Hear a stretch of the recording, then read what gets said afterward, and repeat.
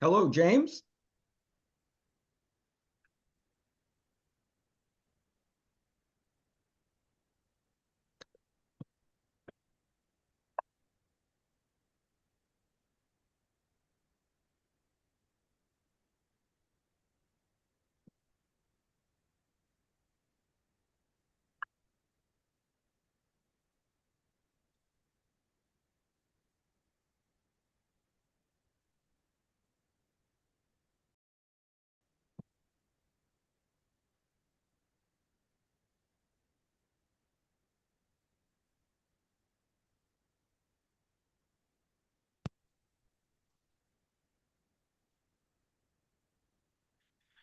Okay, first test. Can you hear me?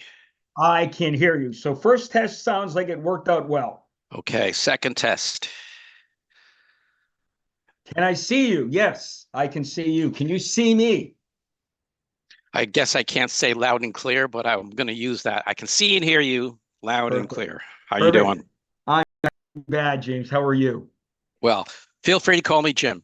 Jim. Okay, Jim. Well, listen, I'm very, very curious. I had never heard of your organization before. Maybe my bad, but I'd love to learn more about what you do. And you had a reason for calling me, so I'll turn the podium over for you. So I would call it a hyper LinkedIn group, quasi organization. There's no staff. I'm it. Uh, what I've tried to do, I think I formed this back in 2007. And it was at a time when I used to be part of this giant media company called News Corporation, which Right. is Rupert Murdoch's old empire. And he was in the market for buying an online property, and they were looking at Facebook and LinkedIn. And that's when LinkedIn first caught my eye, and then I set up a profile, and I actually created this group as a as the as an ISM group because ISM didn't have a LinkedIn page. That's how in the pioneer days of it. And it was Right. such a different tool back then. But then over time, I was starting to get more people joining this group because I had put down purchasing and I forget whatever it was, supply chain, where they just had ISM. The typical person when they went searching for a relevant group back then was type in the word purchasing. So that's Yep. how I got a bunch of people signing up. And then eventually, it's not that I fell out with ISM, but I just didn't feel like they were keeping up with the times, very focused on more direct purchasing and different things. So I split it off, calling it Purchasing and Global Supply Chain Professionals. And I approve every member, I approve what's posted. So when I'm looking at other groups, I try and keep all the salespeople out, all the people Yep. who are trying to sell their machining skills from Shenzhen or this, that, and the other thing, and they kind of pollute what's there and just put things that I feel are relevant. I'm all about I like to focus on the middle, John. So what I Right. mean by that is I'm not going to put a chat with the CPO of Siemens or Adidas or these big companies. I feel they have unlimited resources, huge staff. I like the middle. I've always come out of the middle, and the middle is the guy or the gal that's struggling to do 15 things with no salary approvals to hire someone or a reduction in this and etc. So hearing these big CPOs and these big things done by these big companies was just never fitting for me in my world. And I was at big companies like American Express, and that was awful. And News Corporation, it was at a smaller company. After that, I was at a Japanese bank. Today, I'm actually behind the scenes at a French technology company. I just don't put it on Right. my profile anymore because I'm not going to give them free advertising. And it's so Right. dysfunctional. I'm embarrassed actually to even admit that I'm here. It's just a culture clash like I've never seen. But I like the middle. I like to be able to see things and post things that are useful and I also don't want to state this is the difference between purchasing and procurement. I'm assuming that if people are coming in here know that.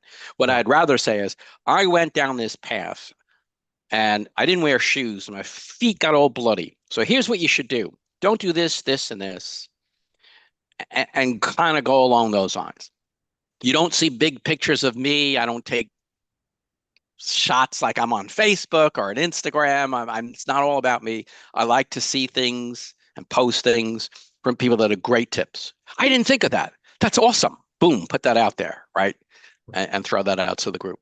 It's about it's saying it's over 160,000 members, but probably 80% of those 85 aren't really active anymore.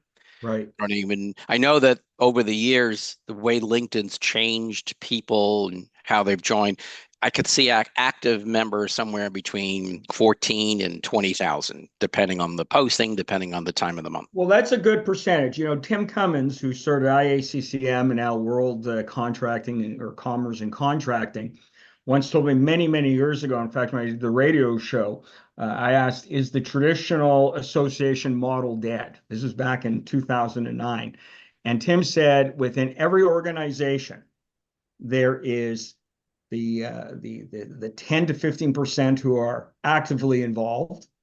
There are the 5 or 10% who are somewhat moderately involved. And then there's the rest who are just the name on a list and aren't involved." And that's really, and it's interesting because I started using LinkedIn in 2007. And About the same time. what's that? Same time. Yeah, So yeah. you remember those days? Those were actually, they had some interesting capabilities back then. You and I could see our emails. I knew Yes. who was joining up. I was actually building a list of people. It was Yeah. much different back then. It was really meant for that. I wasn't really sure what it was meant for, but I liked it. Navigator has helped a little bit, but you've got to manage it a little bit better. You can really hone in and say, but you said something that's very important. You approve everyone who joins. There's a filtering process. The out of the big company raw stuff that everyone's talking about at the 10 million foot level. I mean, the reality is that 80% over the last 40 years plus that I've been in this industry, high tech and procurement, 80% of all initiatives, regardless of technology, fail and fail consistently. And that's the only number that matters. In fact, Zip, when they announced the $2 billion valuation, I asked the question, well, the only number that I care about and I went back to 2000 on this. The only thing I care about is what does that mean in terms of reversing the 80% rate of failure? Otherwise, it's just the people are going to bed at night with extra dough in their pocket that this matters to. These valuation and so the technology part of it, and the way and now we're running into another danger zone, Jim, a cross section, because now everyone's talking about agentic AI, and they're trying to use it in the same voice as agent-based modeling. Well, agentic AI is still equation-based modeling. It's only as good as the skills and the knowledge of the people feeding it. Agent-based modeling is problem solving. It's understanding the organization beyond your department, even beyond your company. And it takes skill, it takes requirements, it takes the kind of information that you're talking about providing to be able to understand and utilize this. And now what's going to happen is 10 to 15 years from now, we're going to look back on today's technology the same way we look back on the floppy drives and the CPM systems of yesteryear and those 8-inch floppies. Remember, we were told back then we'll never need anything bigger than 10 gigabyte hard drive. And 15 years now, we're going to look back on this technology with that same dismissive attitude we have towards those things. I'm not even sure it's going to be that long because one of the other things is the graveyard is filling up faster because the life cycles are much shorter, right? I go back and it's not obvious, fortunately for me, because this has not died, but I go back to the 80s. So my first job. Okay, I turned 65 this year. I'm going to be 58. Okay. But I still did my first POs with the dot matrix printer, and I had to use NCR paper and send the copy to file, copy to accounting, blah, blah, blah, right? So I knew all that stuff. And to me, the biggest, I remember the day we had the first fax machine installed. I was working for the AAA. It was I imagine when the first TV was shown in the window in a store, right, when people gather around, it was such a big deal. And I've seen these processes. So little of the concepts have changed. It's just the tools have come in and they've tried to be better. Every company is different, like a snowflake, right? Every culture is different. So while you've got guidance on how to do things, it doesn't necessarily mean it's going to work. I'm at a company right now, which is a mishmash of technology and life sciences, and they can't even get their own act together internally. And we try, and it's the same things I butt up against. So I go back to the late 80s when people were when spend analytics first became the buzzword, and now that's a given. Then we were all marching to the doomsday clock of Y2K. And then I remember just a few of these other things, big data, and all these things that have come in and exited, a lot of it courtesy of consultants who, But strip they're the not land. educated. They're not educated Yeah. on what they do. And everybody reaches out for the KPMGs and Deloittes, and I'm not criticizing them, but they're saying, okay, and so they'll add it into their offering. And very few of them ever get beyond anything, No, I know. KPMGs, et cetera. And you're right. You go back into that. Maybe it will be less than 10 years. I next year though is going to be the crucial year because 75% of the logos on these solution maps are going to be gone. And the market's going to divide up into two categories: AI backend operating systems and the functional solution providers, which most are. And it's this, it's like you see it over a period of years, much like yourself, the decades, you see them making the same mistakes over and over again, whether it's SaaS, whether it's digital transformation, whether it's ERP, Gartner's famous postmodern ERP era. Yet Gartner was the one heralding that in. Hmm. So it's I think what's interesting is that are we at the stage where we'll have a better ear from people? Because believe it or not, the younger generations coming up are more in sync with personal interaction and less automation, even though they're technically astute in many ways. I think that and it goes back to, it's simple: agent-based modeling versus equation-based modeling, chasing problem solving or chasing solutions. And I think the big problem is that most organizations consider the victory being a $2 billion valuation. Yes. That's the victory. Well, that isn't the victory. I remember Coupa when they first started, the two founders, and they were a sponsor of my blog when I launched it in 2007. I remember them having a dream. That's why they broke away from Oracle and went to there. And Rob Berenstein's a great guy. I remember when he came on board. I've been tracking these histories, but you look at it, and I'm getting to hear the same thing about Coupa that we will probably hear from Zip, maybe sooner because it's a much more connected world than back then. But people were saying we missed the Coupa days, the real Coupa days, the Right. early days, Right. Yeah. because we solved problems and we did something. But you see, when you look at what you just talked about, Jim, it's not a mass production environment. It's not a do once cookie cutter and then scale it. And that's what the VCs and that's what the investors want. I've talked to so many senior VPs from solution providers who have backed away from their Gen AI strategy and say, we just couldn't make it work, saying they've taken on more business that they knew was going to fail because it wasn't the right alignment, there wasn't the right understanding, but they signed them up anyway because they want to get logos, they Sure. wanted to get revenue.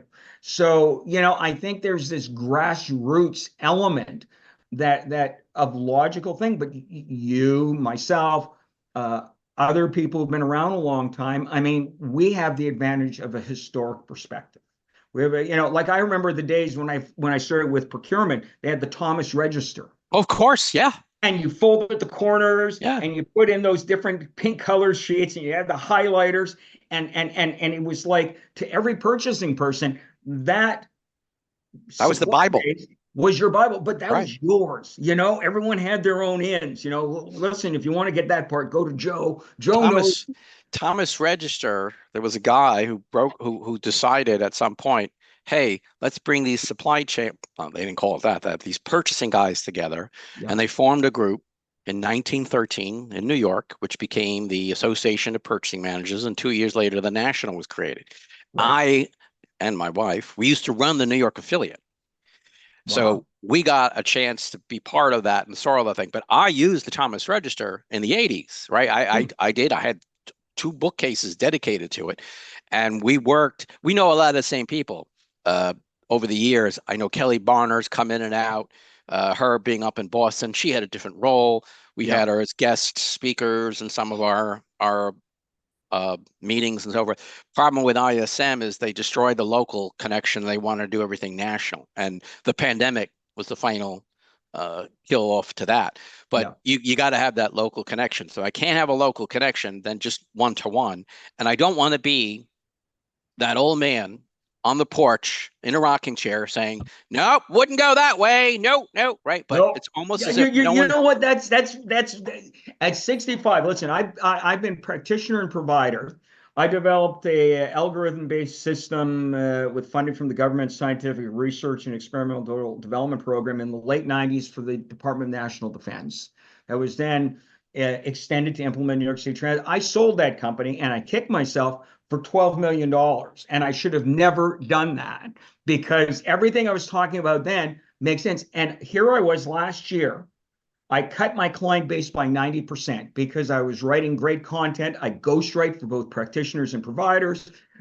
Procurement Foundry, when they started, for the first 2 years, I wrote Oh, Mike or Cadio, ghost sure. wrote Yep. the Lions share. Then Dawn Terra came over from SIG and say, okay, you got to stop dealing with them. We want you for a year. And Dawn, so I know Dawn from, yeah, sure. All okay, these so I people. you probably read a lot of my articles. I remember one magazine issue came out, CPO Strategy or whatever it was, and the first three articles, one was under my name, and the other two I had written. They came out under somebody else's name. So you're around for a while. So I was doing all of this writing, but there was no improvement, Jim. No improvement on traction. No improvement on turnaround. It was the same thing over and over again. Lead with technology and let's make money.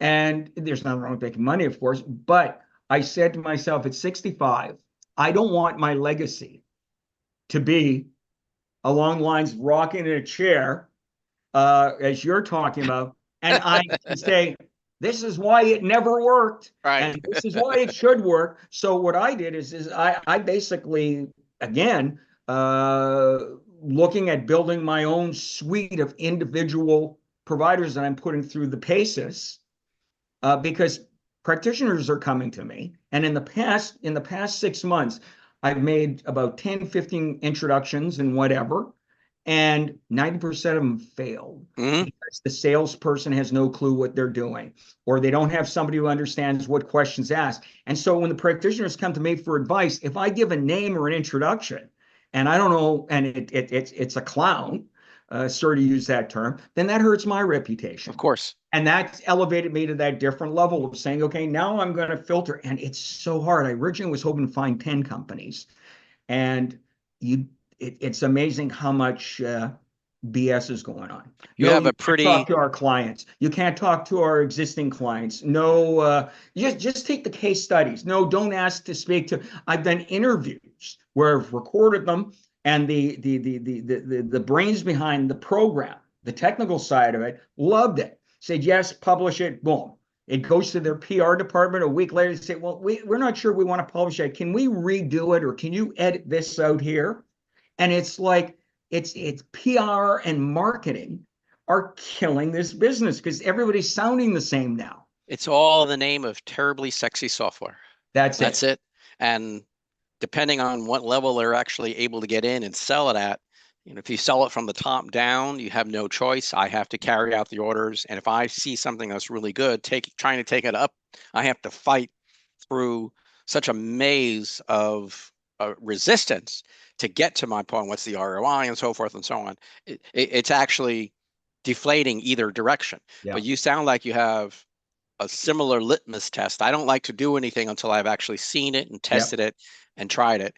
Lately, I like this guy, Mudasir Ahmed from Yes. SCM Dojo. So I've talked to him over the years. He was a practitioner for Bridgestone. I like what he's offering because it's not ridiculously priced. And that's Yes. always been, I see the same things. I read all these books. It's the same thing over and over again. These courses are the same thing. But why am I going to pay $1,200 for a course for 2 days when I can get it in manage? I'm not going to get that budget approved, No. sadly enough. So am I going to pay for it out of my pocket? Right. I have to, but it's affordable. And I think people cut themselves short by not staying current and relying on their company to provide that professional development and keep them whatever it is. I certainly can't. So I try and do that and dedicate as much time to LinkedIn, seeing what's going on there, seeing who the players are, looking at what the terribly sexy software is and kind of trying to avoid it. I do read your stuff all the time. I love when you pose these questions that are out there and gets people thinking. And lots of times you just get people that just pile on. Yeah, Yeah. this is great. Oh, this is terrific. I'm fairly certain they haven't taken the time to pull it apart, try it. And I don't want to be that naysayer to get on there and say, hey, I tried this. This is crap. I died after the first, couple of hours. What are you Oh, selling here? oh, it's crazy. Let me tell you, it's crazy because you get there. It takes 2 seconds to hit like, but they'll say, "Oh, look how many likes I've got." Right. It's like an It adrenaline Yeah. thing. Uh, views, great. I want the quality engagement and discussion. I would rather have 5 likes and 5,000, 10,000 views and a discussion stream that's powerful and informative than have 10 times the likes, 10 times the views, but almost zero discussion stream. And I consider a zero discussion stream is not just having comments. Like you were just saying, oh, I agree, rah, rah, rah, and it's all this stuff. You're not looking for consensus. You're No, looking for that's the purpose of engagement, it. Engage. Yep. understanding, and dialogue. It's like I've always operated on the basis of I would rather get it right than be right. So put yourself out there, you learn, you reach understanding. And that ultimately works. But there's not a lot of organizations, there's not a lot of people who do that. Everybody's got these SEO people behind them, their PO, and what's scary is a lot of the people who are responsible for the messaging have zero background in the field. Background. What'd you It's think of like, the DPW event in okay, you know what's first of all, it reminded me originally when it came out of Comdex. Remember Comdex, in Las Vegas, the old yes. everyone, that was the place to be. Right. I think DPW is a good idea with a great responsibility that I'm not sure they've realized they have. And that's what with Matthias Guzman is like. I understand his story. I mean, he was living with his parents a few years ago. He was struggling financially, put this together. Uh, but if you look at it, there's nuggets of wisdom in there, but it's become a cash cow. Yeah. And so you become to narrow yourself down to be careful not to offend someone, or not to say anything here, or not to bite the hand that feeds you. If there's a big company paying me Right. The sponsorship, that whole, this yeah. huge sponsorship, I don't want to piss them off. Sorry for using that term. I'm No. not going to say anything that's going to say, even though I know. And to give you an idea how sensitive it is, um, uh, not this week, but the weekend before, I looked at a demo by a company called Globality. And I looked at it and I said, you know what? It's excellent for what it does. But there was no wow factor because I've seen it 100 times. The only difference was what they were presenting in their AI vision. The only difference was that their logo was on it versus ABC companies. Right. And so I said they've done a good job at the limiting job that they did. But I thought, it's excellent, and I appreciate, the effort behind there. And I go back to my days of DBase 2 programming, working on those things. I understand the complexity. And there was this backlash from one of the analysts supporting them, who was the stage on there, and saying, well, how could you say that? John, I want you to think about what you're doing. I want you to reconsider, sleep on it. How could you say there was no wow factor? Do you not understand the complexity of what's going on? And I thought to myself, uh, you know, that wasn't even a harsh assessment. It was just accurate. So if it were me, I would look at it and say, hey, that's worth looking into. Hey, that's worth considering. Right. But I just I don't see that kind of, I don't see a lot of companies, a lot of organizations doing that in Because terms of, they're moving at such a fast speed to get to what you're saying, the valuation, the yeah, perception. We've signed all these big companies and so forth that they're that signing of those big names, the top again, gives perceived validation. And yes, I can tell you, I was at American Express for a number of years, and I was in the procurement group. And I got recruited to go over the corporate services side because I was one of the few procurement people using their purchasing card. Okay. yes, So at the time, corporate services was all travel and corporate card, and they were clueless people. Very nice. They'd go on all these trips. That's when travel departments were within companies, and they used to be a profit center, right? Markups yes, and all that stuff. So they needed to push this. They recruited me over, and I was like, my God, I'm going to the other side of the purchase order. I'm actually going to be selling the stuff, right? right. But I connected right away with the people who I was dealing with. I was at organizations like BASF, um, eventually with News Corporation, who hired me over because they were such a disaster. But I could see what was working and what wasn't working. And then I was seeing within the company, and I was thinking to myself, yeah, this is an established company, but they are a disaster. They can't get from point A to point B. How are they making money? Right. Yeah, And this is an established company. And the whole New York metro area was pharmaceuticals, it was banks and all this stuff. It was actually disturbing, but yes, yet they were rolling out big money, and those were the ones. And we had so many issues trying to get them to pay, trying to get their attention. It was the smaller companies that were much more nimble yeah, and willing to take chances and so forth, and didn't have these spirit killing systems. And I remember distinctly, just before Warner Lambert got bought by Pfizer, they were rolling out Ariba, and their initial rollout didn't produce. They were making a big deal out of knowing the SKU numbers of the fluorescent bulbs and tracking it. All right. And it didn't work, John. It didn't work. People were not going for it. Sorry, I have a yeah, thing on the side I got to keep no going. problem. People weren't going for it.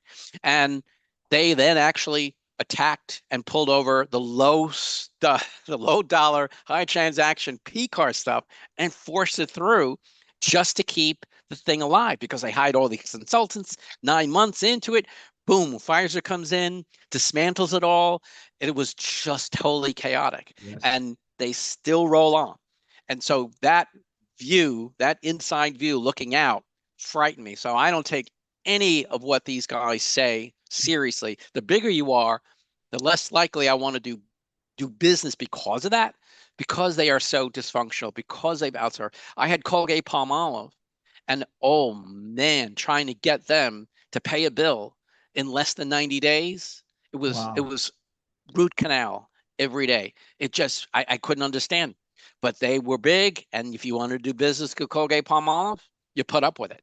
yeah, So I kind of always been shying away from the big guys because I don't think they are a good example of a solution. If you can get the solution to work in a company that has problems, take the headaches away. You come in there and you say, I see your product. It's going to fix this, this, and this. It's going to streamline. It's going to give this data, which we never had, which we can go back to our suppliers, or we can go back to our stakeholders and manage this better, et cetera, et cetera, et cetera. Fantastic. I see the benefit of it. And what's the payback on it? Great. Go for it. But the terribly sexy software approach has always been, this is cool, look at the shiny new thing. no. And then Christmas is over, 3 or 4 weeks later, it's sitting in the toy room on the shelf. You don't play with Well, that yeah, anymore? No. it's like that, but that's on the practitioner side, looking for silver bullet solutions. It takes two to tango. And yes, I mean the solution providers out there. The stories I did a paper back in 2008 for the Cato Alliance. They were a large Canadian technology group, and on SAP and the failures they had. The chains that went under because they couldn't launch, and SAP actually had to settle out of court. Then you had Hewlett Packard and other companies who were talking about themselves being implementers, not even being able to implement their product successfully. Yet here they are saying, well, we're going to advise you on yours. Well, why would I go to learn to ride a bike from someone who's never ridden a bike properly? But Oh, that's the way it goes. Listen, I only put a half hour for this, but I I know. would love to talk to you longer. Here's what I like. I like this whole thing, this discussion we're having. So there's two things. Number one, I'd like to, feature our discussion here Okay. in a post and in procurement insights. And I would like to have people start to direct some of the people to talk towards you and check you out who haven't. Have at Because it. again, that's where I'd like to start with it. And like I said, this discussion we're having, I authentic. This is real what we're talking about. This isn't staged. I did 900 radio shows on procurement, and it was always real discussion. Don't give me an advanced 5 questions and I'll give you the patent answers. I'm not interested in that. So I'm going to do that to start. So this week I'll get this up, but I'd like to follow up with you sometime next week because I think that you have a venue that people need to hear a message about. You've got to help people also overcome. When I was on the speaking circuit, procurement professionals come up afterwards and they say, this was great, but guess what? I got to go back to my company on Monday morning. Right. And I'm going to run into a brick wall. Yeah. What do I do? And I said, well, if they listen, work with them. If they don't, find a new company. Thank you. And I remember saying that, and it was like, my wife said, what are you doing? Holy cow, that's bold. abrupt. And I'm saying, yeah, but what's the point of banging your head against the wall? If you're not with the right company, find the right company who understands what we're talking about. Right. And there are 20% that are successful initiatives, but you'll find that those 20% who are successful are doing the things that we're talking about. The fact is that it isn't as quickly scalable as everybody wants. So it doesn't generate the billion-dollar valuations. You need some expertise and passion for the industry, understanding. You need to understand the agents outside of your department and outside of the company as a whole to understand how they work together. So anyway, I'm going to do this. Let's connect sometime next week. Okay. And let's stay in contact because I'd like to have people directed towards that kind of discussion in terms of this is what you have to look at, this is what you have to consider. Send me your availability, and what's that? Send me your availability for next week, and I'll Perfect. see whatever I should be able to work around that. It was great talking to you, Jim. Great to meet you, and thank you for reaching out.